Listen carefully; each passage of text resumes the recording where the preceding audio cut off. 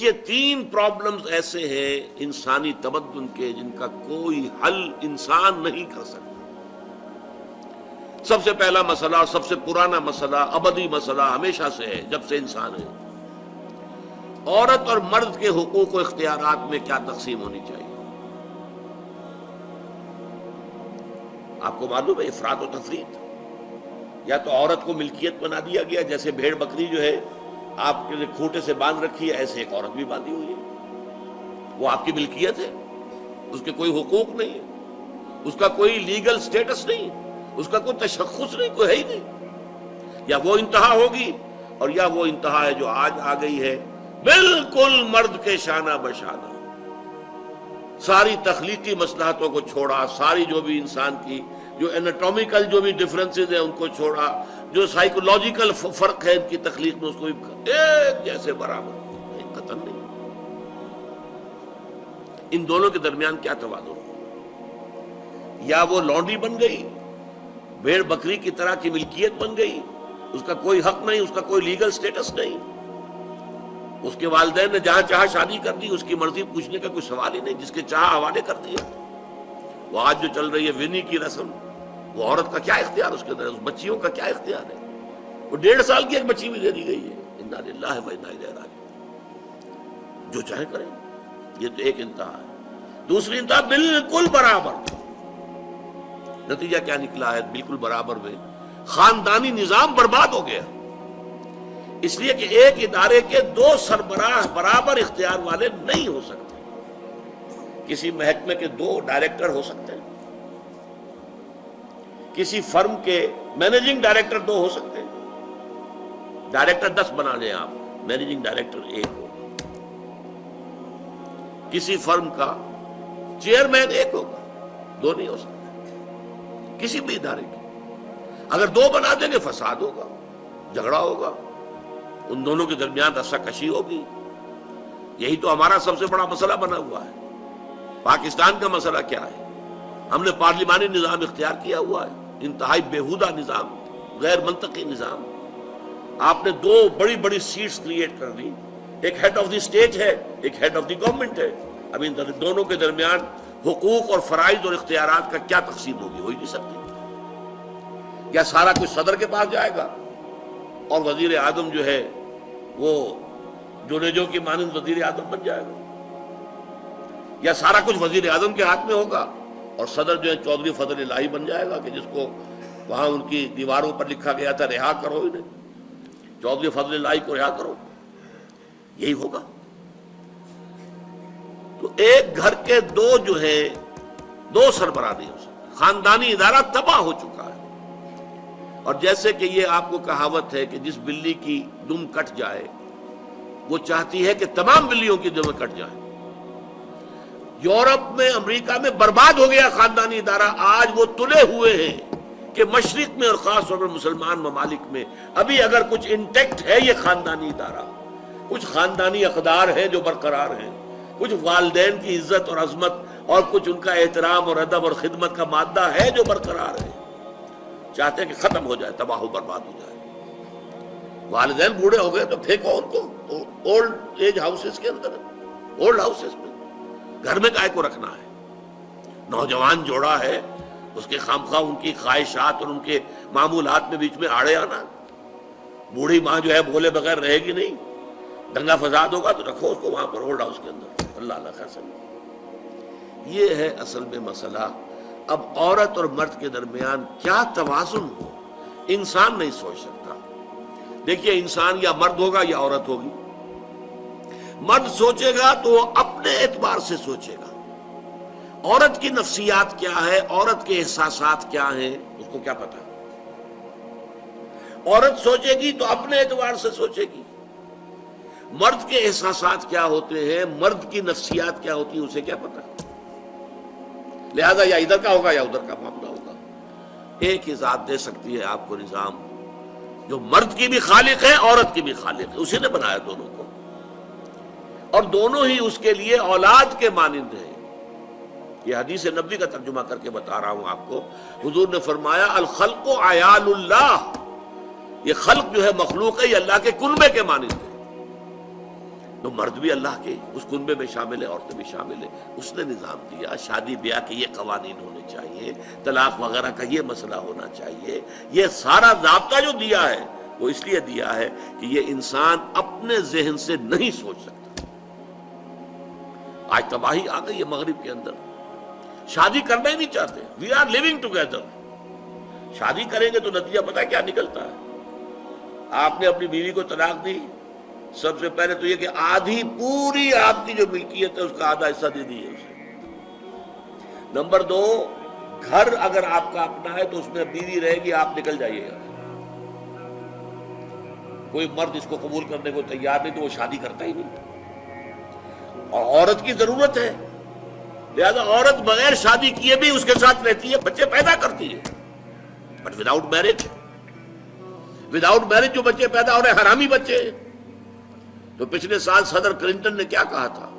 اس کا جو اپنا خطاب تھا نیو ایئرز ڈے کا، وہ خطاب کیا تھا؟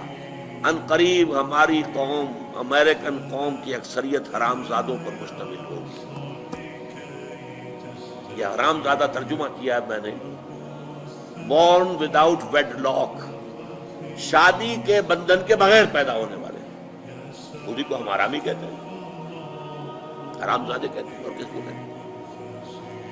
اچھا، دوسرا مسئلہ، پہلا مسئلہ تو یہی ہے، پرانا بہت ہے، قدیم ہے. دوسرا مسئلہ، ایک ریاست ہے، ایک نظام ہے، اس کے کچھ اختیارات اور حقوق ہونے چاہیے. ایک عوام ہے، ان کے کچھ اختیارات ہونے چاہیے.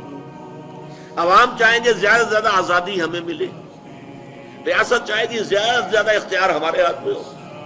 اب جو کچھ ہو رہا ہے ترمیمات کے ضمن میں، کیا ہو رہا ہے؟ ایک طرف جو ہے مشرف صاحب چاہتے ہیں زیادہ سے زیادہ اور طویل سے طویل میرا دور اقتدار ہو اور اختیارات جو ہے میرے ہاتھ میں آ جائیں، گھنٹہ گھر بن جاؤں میں فیصلہ بات کروں. ساری کوشش ان کی ہے. اور یہ ARD وغیرہ کیا کر رہی ہے؟ نہیں، حقوق عوام کے ہاتھ میں آنے چاہیے. اب اس میں بھی توازن کیا ہو؟ یا ٹوٹلیٹیرین سٹیٹ وجود میں آ جاتی ہے جو رشیا میں تھی، USSR میں تھی، عوام کے کوئی حقوق نہیں، no freedom of speech, no freedom of association. نہ تم اپنے خیالات کا اظہار کر سکتے ہو، نہ تم کو جماعت بنا سکتے ہو. یہ نظام تھا. کام کرو، ویجز لو، بس اللہ اللہ خرچ اللہ. حیوانوں کی طرح پر کہ صرف راتب دے دیا جائے گا، باقی تمہیں کوئی تمہاری ایکسپریشن، کوئی اپنے خیالات کا اظہار، کوئی فریڈم آف ایسوسیشن نہیں. امریکہ دوسری انتہا پر، مادر پدر آزاد. 2 مرد شادی کرنا چاہتے کر لیں، ایک مرد بیوی ہو جائے گا اور ایک مرد شوہر ہو جائے گا.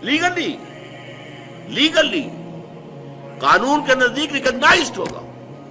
ایک آزادی کی وہ انتہا. گیز، ہومو سیکشولز، وہ وہاں جلوس نکالتے ہیں، بڑے ٹھاٹ سے نعرے لگا کے گزرتے ہیں.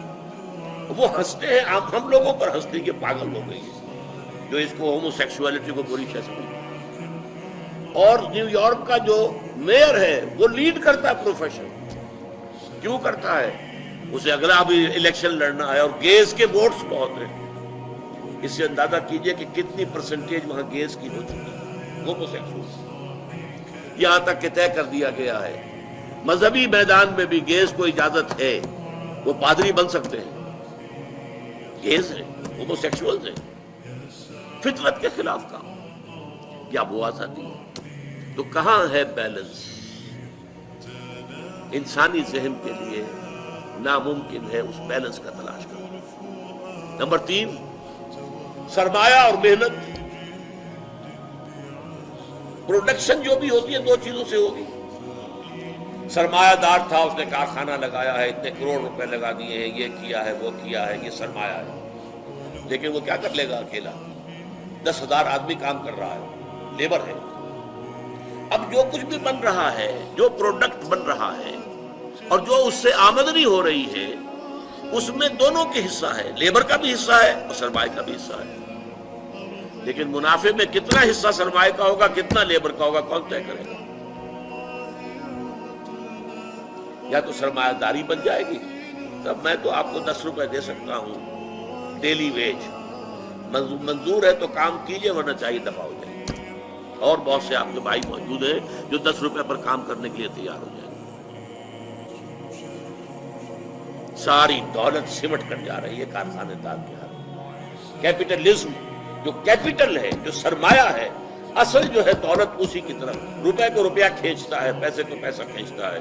لہذا امریکہ میں آپ کو ایسے لوگ مل جائیں گے جنہیں اپنی دولت کا اندازہ نہیں ہے کہ کتنی دولت ان کے پاس ہے، بلینز آف ڈالر کا ایک ایک چیک لکھ سکتے ہیں۔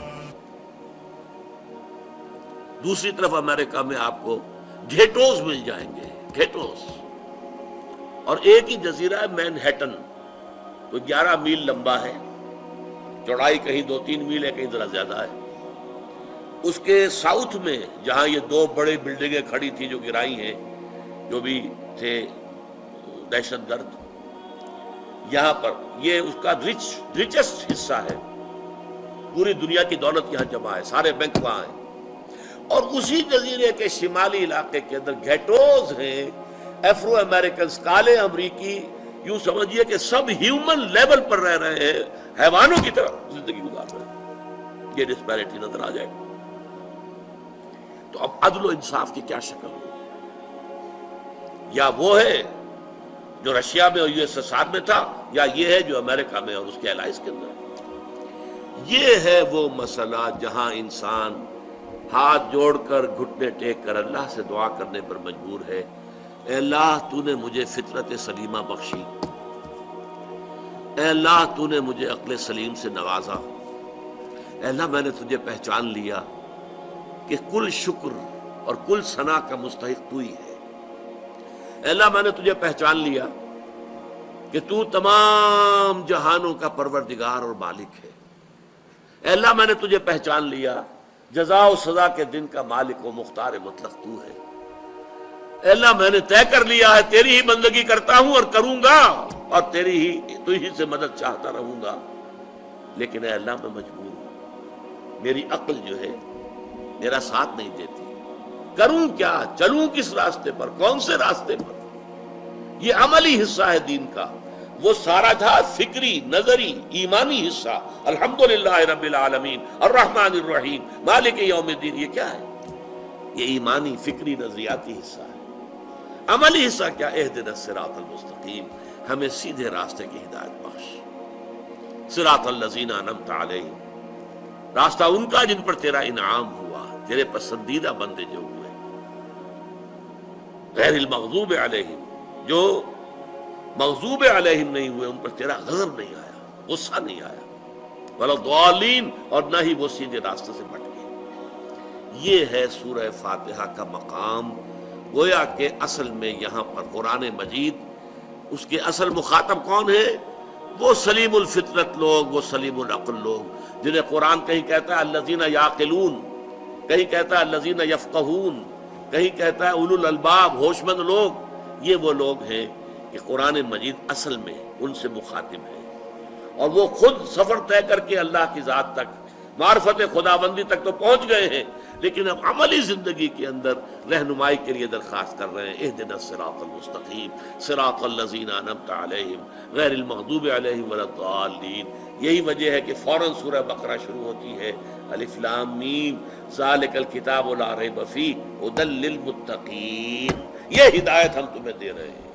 یہ قرآن جواب ہے اس دعا کا، اہدنا الصراط المستقیم صراط الذین انعمت علیہم غیر المغضوب علیہم ولا الضالین، آمین یا رب العالمین۔